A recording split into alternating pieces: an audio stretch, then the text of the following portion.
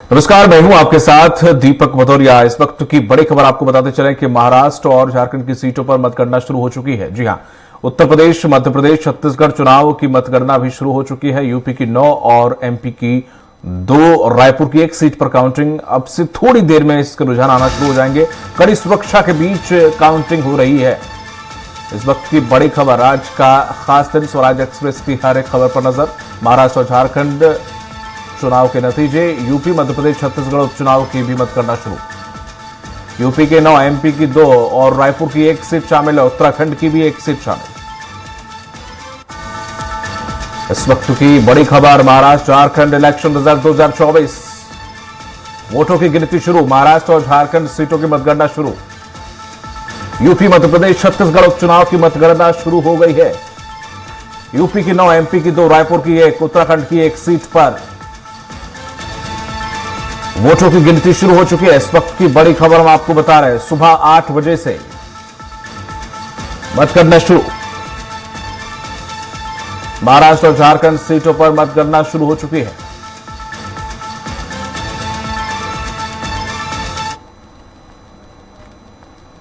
अधिक जानकारी के साथ घनश्याम निशान चौरसिया जुड़ गए हमारे वरिष्ठ सहयोगी उत्तर प्रदेश के लखनऊ से। घनश्याम, इस वक्त सुबह 8 बज रहे हैं और ऐसे में मतगणना की गिनती शुरू हो चुकी है। क्या कुछ खास इंतजाम किए गए हैं? पूरी तरीके से सुरक्षा के व्यापक इंतजाम किए गए हैं और कई ऐसे जनपद हैं जहां पे काउंटिंग होगी।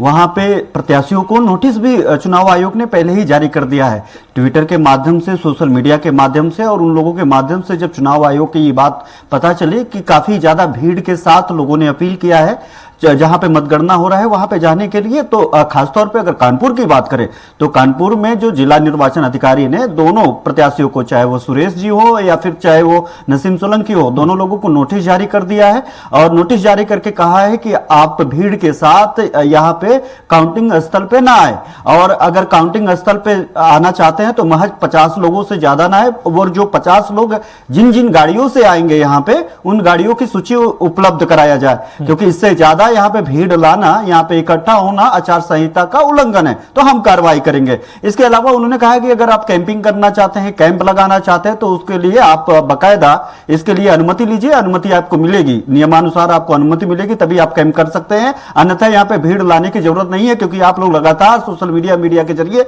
अपील कर रहे हैं कि जहां पे काउंटिंग हो रही है वहां पे ज्यादा से ज्यादा लोग पहुंचे। तो ऐसे में जो सुरक्षा व्यवस्था की बात है, पूरी तरीके से चाक चौबंद पूरी तरीके से बेहतर कर ली गई है। अब पहले 8 बजे से ही काउंटिंग शुरू हो जाएगी। सबसे पहले मतपत्रों की काउंटिंग होगी, बैलेट पेपर की काउंटिंग होगी और उसके बाद जो है ईवीएम खोले जाएंगे।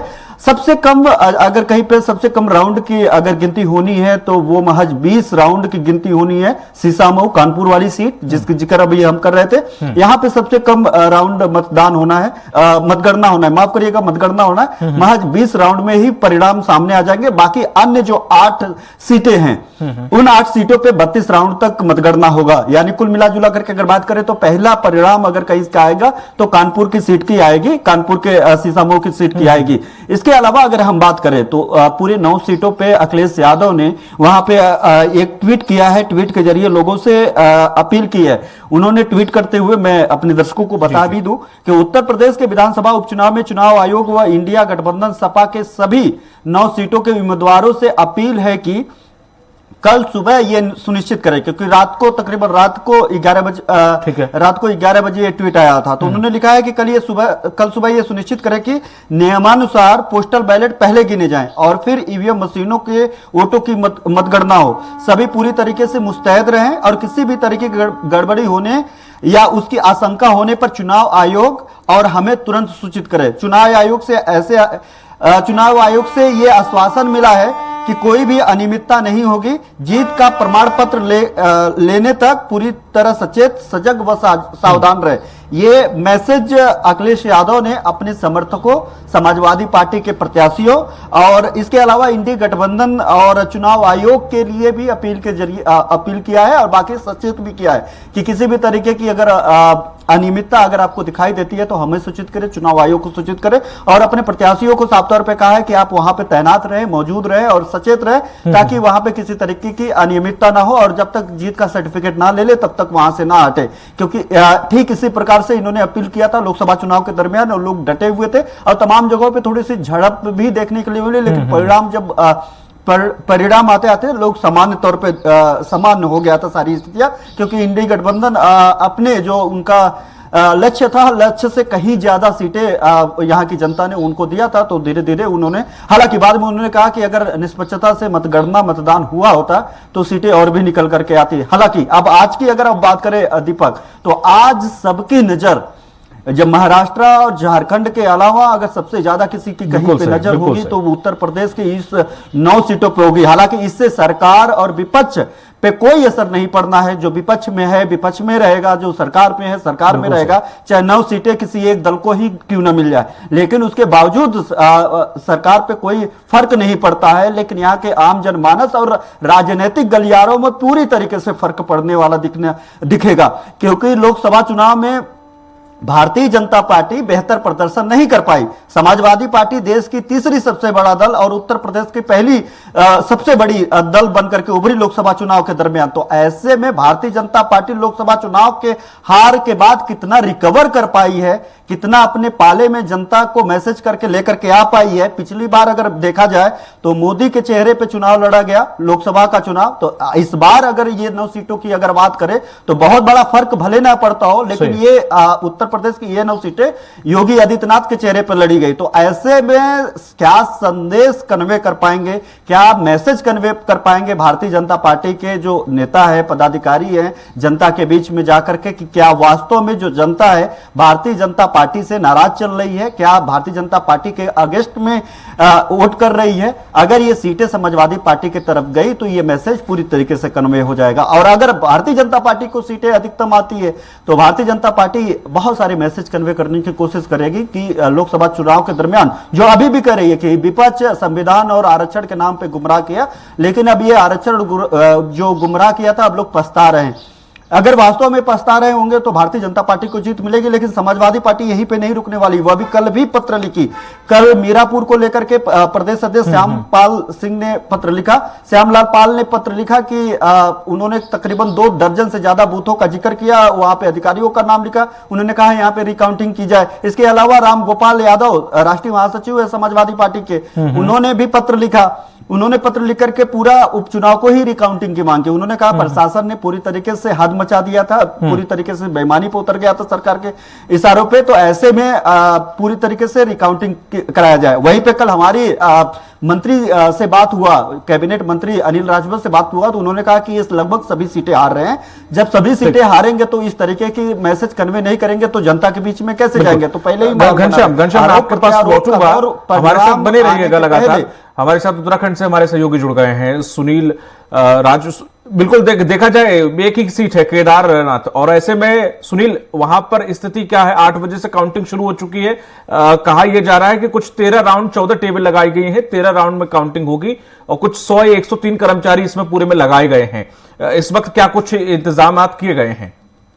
जाहिर तौर पर 103 कर्मचारी इस पूरे मतगणना स्थल पर रहेंगे और 3 लेयर वहां पर सुरक्षा व्यवस्था है, तो उसको लेकर अभी मतगणना शुरू हो चुकी है।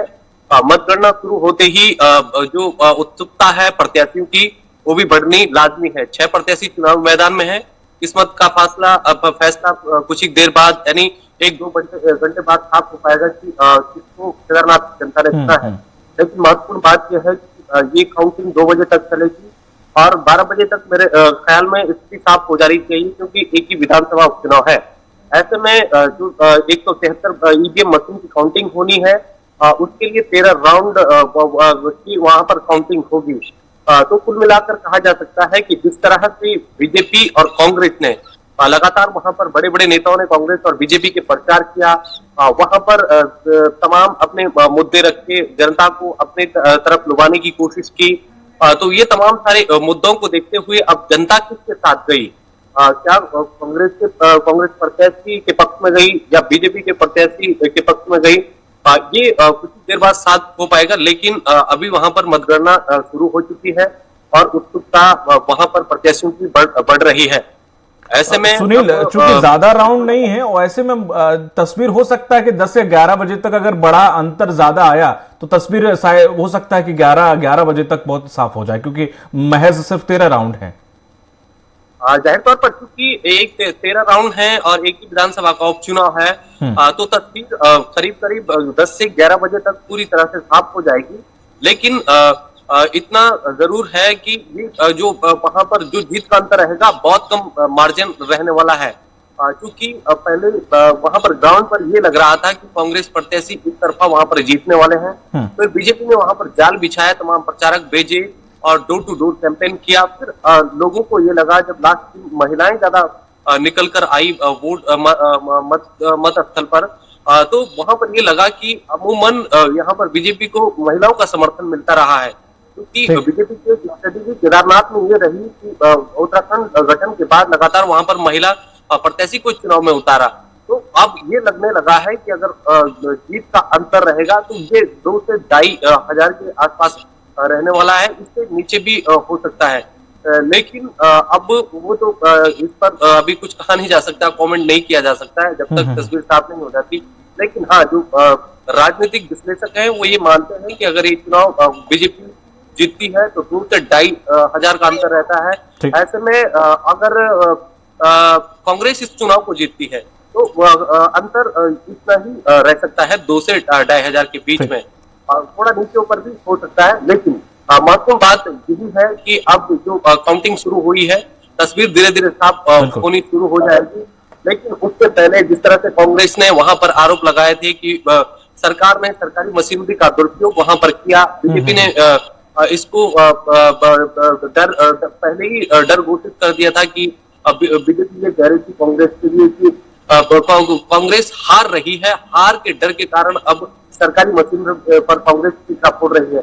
तो इस तरह का रिएक्शन पहले तो आया, लेकिन अब इसके बाद किस तरह का रिएक्शन आता है, क्या ईवीएम पर फिर से कांग्रेस सवाल उठाती है अगर हारती है तो, और बीजेपी इस पर क्या कहती है? बिल्कुल सही कहा सुनील। कल ही प्रदेश अध्यक्ष कांग्रेस के करण मारा ने यह साफ किया कि चुनाव के दरमियान किस प्रकार सरकारी गाड़ियों का दुरुपयोग किया गया, पैसे बांटते हुए हमने वीडियो क्लिप बनाए, हमने जो शराब थी वो गाड़ियों से पकड़ी है, सरकारी गाड़ियों का इस्तेमाल किया गया। ये आप सही कह रहे हैं कि पहले से उन्होंने संकेत दे दिए, फिर भी उन्होंने लास्ट में ये कहा कि हम लड़े हैं तो जीतेंगे हम ही। अब हालांकि उन्होंने जिस तरह से संकेत दिया है उस तरह से ये कहीं ना कहीं उन्हें भी आशंका है कि स्थिति कुछ और हो सकती है। बहुत बहुत शुक्रिया तमाम जानकारी साझा करने के लिए सुनील। हम आपसे दोबारा भी जुड़ेंगे, पल पल की खबर आपसे लेते रहेंगे, लगातार नजर बनाए रखिएगा। मैं आपके घनश्याम आपके पास आऊं, उससे पहले हमारे साथ विजयपुर से जुड़ गए हमारे सहयोगी खवेंद्र। खवेंद्र, क्या कुछ इस वक्त स्थिति है वहां पर, क्या कुछ व्यवस्था की गई है?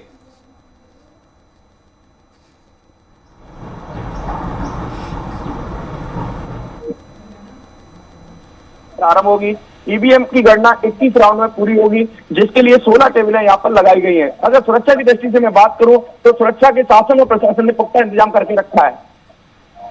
जी, कितने राउंड है इसमें, कितने टेबल्स लगाएंगे, कितने राउंड होने हैं विजयपुर में? मैं आपको बताऊं कि इस मतगणना के अंतर्गत 21 राउंड होने हैं, जिसमें 16 टेबलें लगाई गई हैं। यहाँ पर राउंड कितने बताए आपने? 21 राउंड लगाए गए यहाँ पर, जिसमें 16 टेबलें लगाई गई है मतगणना के लिए। सुरक्षा के लिहाज से क्या कुछ व्यवस्था की गई? सुरक्षा के लिहाज से अगर मैं बताना चाहूं तो सुरक्षा के लिहाज से पुलिस और प्रशासन की पुख्ता इंतजाम यहाँ पर देखने के लिए मिल रहे हैं और चप्पे चप्पे पर यहाँ पर पुलिस बल तैनात किया गया है। माहौल देखे, क्या माहौल देखने को मिल रहा है? इस दोनों ही पार्टियों के एजेंट्स वहां पहुंच गए होंगे, क्या कुछ वहां पर गाइडलाइन एजेंट्स के लिए रखी गई? यदि यहाँ पर माहौल की बात की जाए तो यहाँ पर सभी में उत्सुकता है कि कब काउंटिंग शुरू हो और कब रुझान आना शुरू हो। यहाँ पर दोनों ही पार्टियों के एजेंट वहां पर खड़े हुए हैं और अंदर प्रवेश कर रहे हैं। जी, नजर बनाए रखिएगा। तमाम जानकारी के लिए बहुत बहुत शुक्रिया। घनश्याम हमारे साथ लगातार बने हुए हैं। घनश्याम, जिस तरह से देखे ये चुनाव का बार बार ये कहा जा रहा है कि इसमें कई नाम दिए जा रहे हैं, अखिलेश बनाम योगी आदित्यनाथ दिया जा रहा है और वहीं पीडीए बनाम बटोगे तो कटोगे दिया जा रहा है, तमाम ऐसे नाम दिए जा रहे हैं। कहा यह जा रहा है कि इस बार सीएम योगी आदित्यनाथ को इन सीटों से बहुत कुछ सिद्ध करना है। लगातार ये कहा जा रहा था कि आने वाले समय में सीएम चेहरा बदला जाएगा। कहा यह जा रहा था केंद्र और सीएम योगी आदित्यनाथ के बीच में खाई बहुत पैदा हो गई है, जनता का विश्वास उनसे उठ गया है।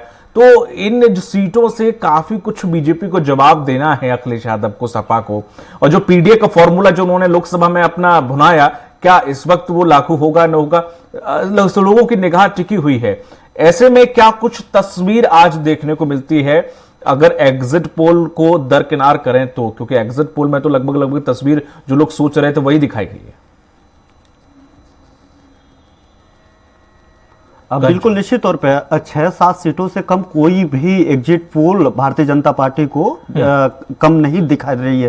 यानी 6-7 सीटें दिखा रही है कि भारतीय जनता पार्टी जीतेगी, 3 से 4 दिखा रही है कि जो समाजवादी पार्टी जीतेगी। अब देखने वाली बात होगी कि परिणाम किसके पक्ष में जाता है और वास्तविक स्पेस क्या होता है कि किसको कितना स्पेस मिलता है। लेकिन अगर हम बात करें, जिसका आपने नारों की बात करें, तो बिल्कुल निश्चित तौर पर सबसे पहले बटेंगे तो कटेंगे का नारा उत्तर प्रदेश में ही नहीं, अपितु अगर बात करें तो अन्य राज्यों में जो चुनाव हुए, अन्य राज्यों में जो वहां पे पूरा विधानसभा का फुल फ्लेश का चुनाव हुआ, वहां पर भी ये सब सारे मुद्दे बने रहे। भले भारतीय जनता पार्टी के कई सहयोगी दल, पंकजा मुंडे जैसे बड़े नेताओं ने इस नारे का विरोध किया, उन्होंने कहा कि समर्थन नहीं करते हैं। लेकिन अगर बात करें अगर जमीनी स्तर पे, तो चाहे वो प्रधानमंत्री नरेंद्र मोदी हो, चाहे वो संघ हो, चाहे शाखा से जुड़े हुए लोग हो, चाहे संगठन से जुड़े हुए लोग हो, चाहे सरकार से जुड़े हुए लोग हो, सभी लोगों ने इस नारे के इर्द गिर्द ही प्रचार करना अपना फायदेमंद सोचा। क्योंकि उनको पता था कि अगर यही एक ऐसा मुद्दा है जो मुद्दा इस बार प्रभावी बना है, जो चर्चा का विषय बना है। लोकसभा चुनाव के दरमियान दीपक, आपको याद होगा कि जब हम लोग कवर कर रहे थे, पूरे उत्तर प्रदेश को कवर किए, तो एक बात बार बार आ रही थी कि जो विपक्षी मुद्दे रहे, चाहे वो समाजवादी पार्टी और कांग्रेस के, चाहे वो संविधान हो, आरक्षण हो, जातिगत जनगणना हो, इन मुद्दों पे सरकार जवाब देती हुई दिखाई दी। उन मुद्दों पे यानी विपक्षी खेमे के पिच पे भारतीय जनता पार्टी मजबूर हो गई थी बैटिंग करना। लेकिन अभी इस लोकसभा चुनाव की बात करें तो कोई मुद्दा और मकसद, बहुत ज्यादा मकसद तो बचा था कि ज्यादा से ज्यादा सीटें लेनी है। मुद्दा और चुनावी जो एक फ्लैश होता है भारतीय जनता पार्टी के पास कम था, बहुत कम था। इसलिए क्योंकि लोकसभा चुनाव का जो परिणाम, जीते भले, सरकार में भले, लेकिन मानसिक तौर पर, मनोवैज्ञानिक तौर पर बेहद कम और बहुत हारा हुआ महसूस कर रही थी भारतीय जनता पार्टी। और इस बार योगी आदित्यनाथ ये नारा दे करके इनके अंदर, इनके कार्यकर्ताओं के अंदर, इनके पदाधिकारियों के अंदर, चुनाव में स्टार प्रचारकों के अंदर एक ऐसा मुद्दा दिया जिस पे विपक्ष इस बार फिर से खेलने पे मजबूर हुई। अब इस बार चर्चा जो हुआ, इस नारे पर चर्चा हुआ। इसके इतर अगर बात करें तो इसके अपोजिट जो विपक्षी दल है, समाजवादी पार्टी के पार्टी कार्यालय के बाहर भी कई तरीके का होर्डिंग पोस्टर लगना शुरू हुआ, पूरे प्रदेश भर में लगना शुरू हुआ, जहां पे भारतीय जनता पार्टी, उनके समर्थक योगी आदित्यनाथ का बड़ा कटआउट लगा करके, बड़ा फेस लगा करके, बटेंगे तो कटेंगे, एक रहेंगे तो नेक रहेंगे के नारा लगाए। वहीं पे दूसरी तरफ जुड़ेंगे तो जीतेंगे, 27 के खेवनहार, और हम लड़ेंगे, उखाड़ फेंकेंगे, कमल को उखाड़ फेंकेंगे, इस तरीके के नारेबाजी के साथ वहां पर होर्डिंग पोस्टर लगता हुआ दिखाई दिया। इसका साफ तौर पे मतलब है कि इस बार जो चुनावी मुद्दा केंद्रित रहा वो योगी आदित्यनाथ के उस बयान पे केंद्रित रहा, और पूरा उसी बयान पे उत्तर प्रदेश में जो इंपैक्ट करेगा। आज परिणाम आएगा तो देखिएगा इसका सबसे ज्यादा इंपैक्ट महाराष्ट्र और झारखंड में भी होगा। झारखंड में भी थोड़ा बड़ा कम भले हो, लेकिन महाराष्ट्र में इसका सबसे ज्यादा इंपैक्ट दिखाई देगा। क्योंकि जिस भी पार्टी दल के नेता के बातों को मुद्दा बनाया जाता है, उधर जनता का रुख कहीं ज्यादा होता है, दूसरे दल के लोग उस पर खेलने के लिए मजबूर होते हैं। और राजनीति में यह सबसे पहली बेसिक रिक्वायरमेंट्स होती है कि ज्यादा से ज्यादा अपने मुद्दों पे ठेल करके चर्चा करवाया जाए, अपने मुद्दों पे लाया जाए। इस बार अखिलेश यादव उनकी पार्टी जो है योगी आदित्यनाथ के मुद्दों पे खेलती हुए नजर आई। जिस तरीके से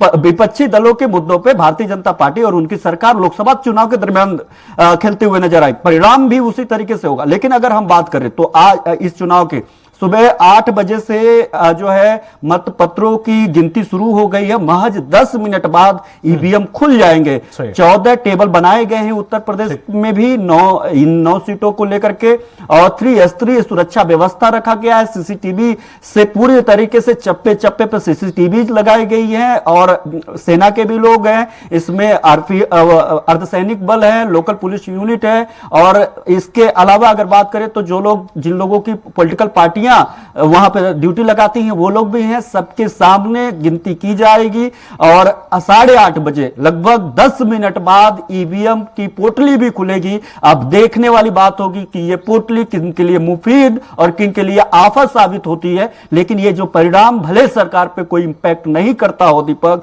लेकिन ये परिणाम दूरगामी होंगे। 2027 के पहले सेमीफाइनल का परिणाम होगा और इसमें अगर भारतीय जनता पार्टी जीतती है तो फिर से एक बार झिंगवत होते हुए दिखाई देगी, माहौल मुद्दा बनाते हुए दिखाई देगी। और अगर कमोबेश अगर अखिलेश यादव फिर से ज्यादा सीटें ला लिए तो एक बात तय है कि अखिलेश यादव पूरी तरीके से भारतीय जनता पार्टी योगी सरकार पर हावी हो जाएगी, कहेगी चाहे वो अब लोकसभा चुनाव हो चाहे वो विधानसभा चुनाव हो। जनता जो है भारतीय जनता पार्टी को इग्नोर करके, उनको दरकिनार करके समाजवादी पार्टी इंडी गठबंधन की तरफ रुख कर ली है। लेकिन इसके इतर अगर हम बात करें, इसके इतर ये कहा जाता है, ये जो जितने भी राजनीतिक पंडित है ये बायस्ड नहीं होगा कि उपचुनाव जो होता है वो सरकार का उपचुनाव होता है। ये सभी लोग कहते हैं, चाहे सत्ताधारी दल भी जब रही होगी, समाजवादी पार्टी भी जब सत्ता में रही होगी, जब उपचुनाव हुए होंगे तब यही सत्ताधारी दल उस सीटों को भी जीती, विपक्षी दल उस सीटों को भी जीती है जिस सीटों पे उपचुनाव हुए और उसके खाते में नहीं थे। तो यह माना जाता है कि जब भी उपचुनाव होता है तो वो सरकार का उपचुनाव होता है, क्योंकि सारे तंत्र और सारे लोगों की ड्यूटी, भले ही कहा जाए कि इसमें चुनाव आयोग के अंतर्गत सभी लोग आ जाते हैं, उनके चुनाव आयोग के अधीन सारे कर्मचारी आ जाते हैं, पुलिसकर्मी, शासन प्रशासन सब लोग आ जाते हैं। लेकिन जब उपचुनाव की बात आती है तो ये माना जाता है कि सरकार की उपचुनाव होती है। तो ऐसे में ये जो परिणाम होंगे इससे भी बायस्ड होंगे, इसका आरोप भी समाजवादी पार्टी लगा रही है। मैं आपके पास लौटूंगा।